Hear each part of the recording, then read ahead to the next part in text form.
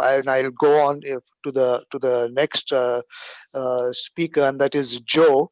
Joe, you actually and Joe Martinez is the executive director of CIERTO, a nonprofit farm worker recruitment and training organization that recruits, trains, and dispatches farm workers to agricultural employers in Mexico, the United States, and Canada. Uh, Joe, you are actually facilitating crossing of these borders. And we've heard now at least the first three speakers talk about, the first two talk about a large in irregular, informal kind of flow. Uh, you are facilitating, in a certain sense, a regular flow, but that is also with, I assume, with documents and things like that. But then what are you seeing now? And we've seen at least the whole Latin American region, the US, and workers coming from US and from Mexico to the US. What are some of the challenges that these borders pose, particularly when you look at from a management perspective, and you're looking at both regular and irregular flows? What are your thoughts on that? Yeah, no, thank you very much to everyone for the invitation. Thank you to all the panelists and all the organizers as well for setting up this event. But thanks, William. I think, according to what my colleagues have said, I think we deal with a lot of the issues that Alma has been speaking of.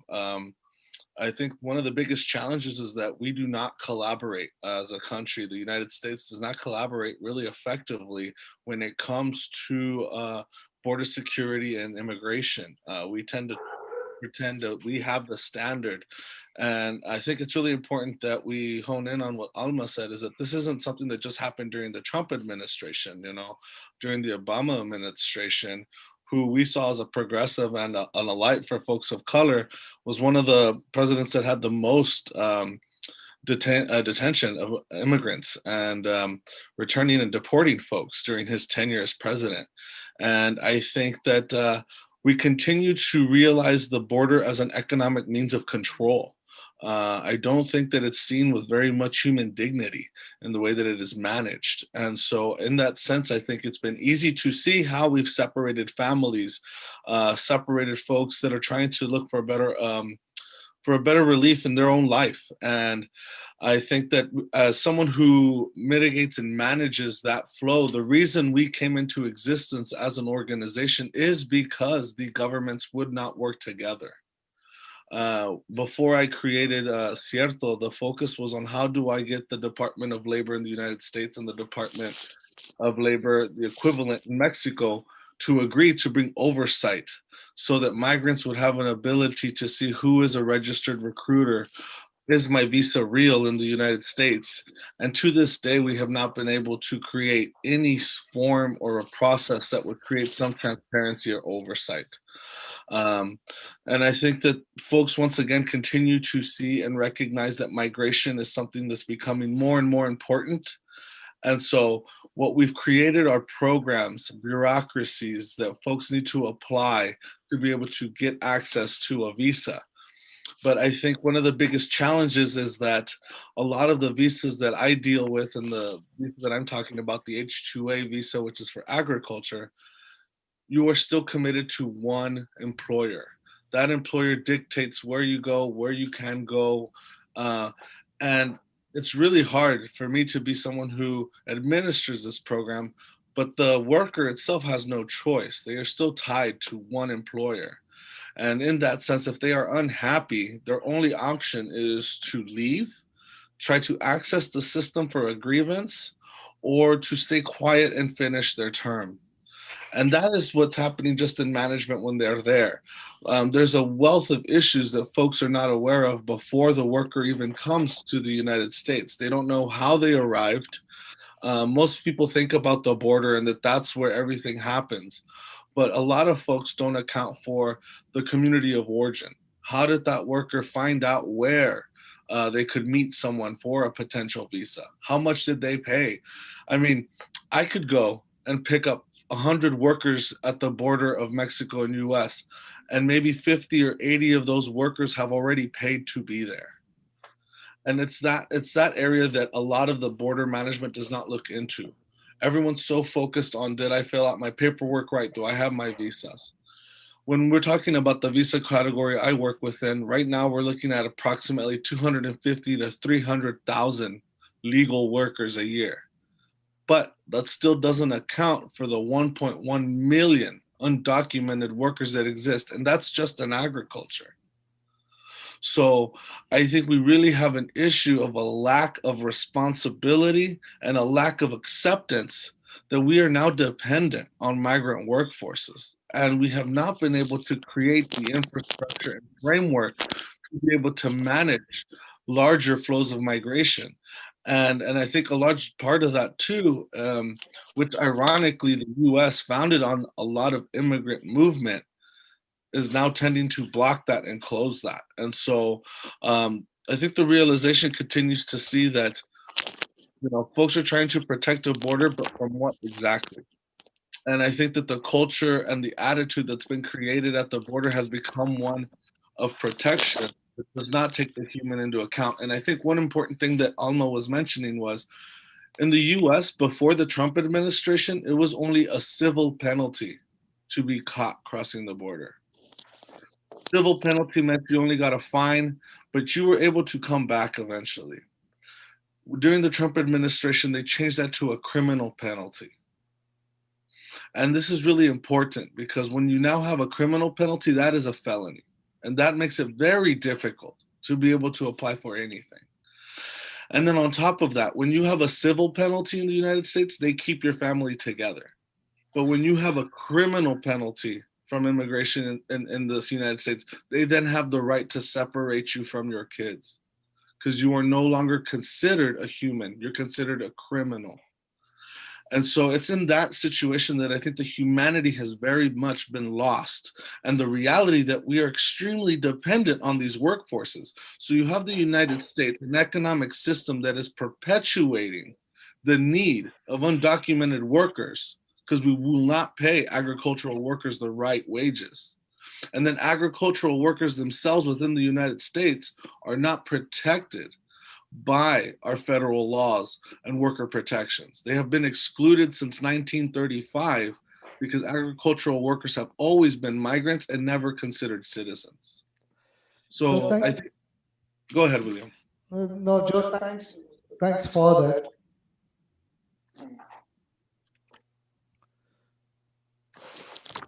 Thanks for that. There's an error.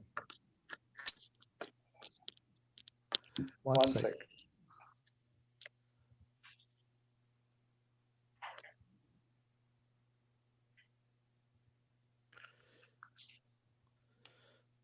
Hello? Yes. Okay.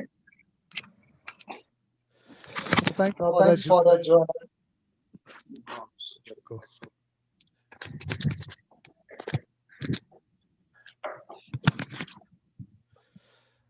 I was just wondering if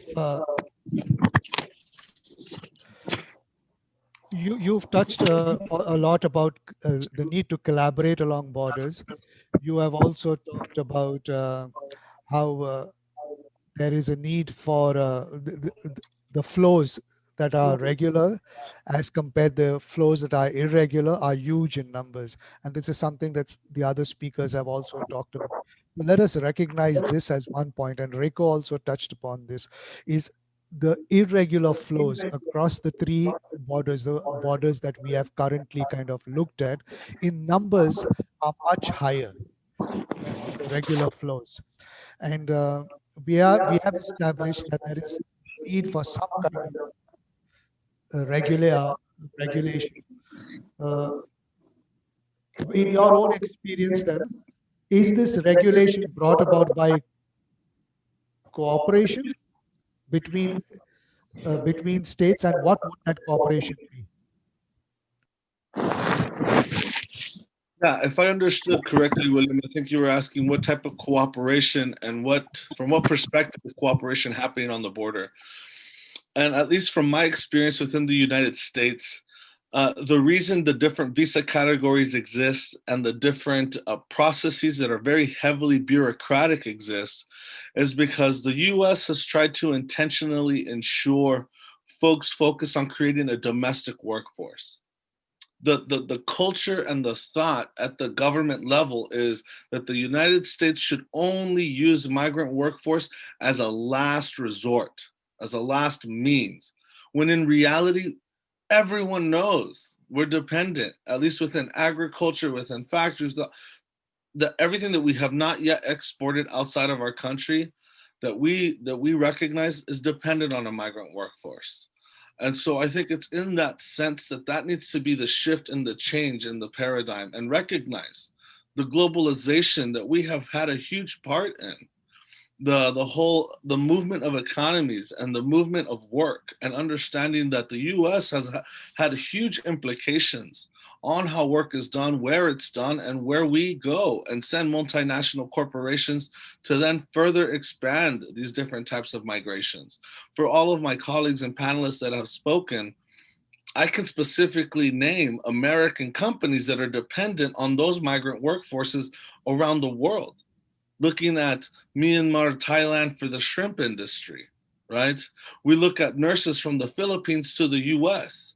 I mean, there's not an area where I don't think the US is specifically focused on utilizing and leveraging migrant workforces for the benefit of their capitalist economy that does not take into account any human dignity. It's all predicated on revenue and bringing in money. And I think the challenge that we have with Mexico and the US is we know we have the leverage on Mexico to say, hey, you don't want to close the border. Mexico's dependent on the remittances from these migrant workers, whether they be documented or undocumented.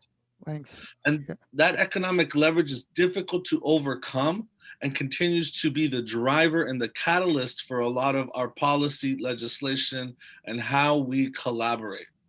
And if you're not touching those economic means, folks are not looking to sit down with you and recognize how they can do something effective. And that's a good point. And I'd like all the three previous speakers as well, if you can come back to this question that Joe is raising and give me your own perspectives on this, is to recognize, of course, that in all of the borders that we have looked in, all the four speakers, all four of you as panelists have talked about workers going across borders. You have to, and then there is the whole challenge of their rights, their dignity, their protection, and this is the big issue. But just by the sheer numbers of people growing across the borders, just by the sheer numbers that we are looking at, and those who go through informal or irregular ways across these borders, it is already saying something more about people's needs or people's desire for development or people's desire for change or to improve themselves and things like that. So as and because these borders are being crossed, is there a what would be the next step within the GCM? Because if GCM objective is on 11 is on this borders, what would be the next step for in terms of deepening this discussion around borders within the GCM context? Because so far, at least, correct me if I'm wrong, and the tendency within migration governance these days is secure the borders kind of thing. And yet there is a point in the fact that workers do cross. But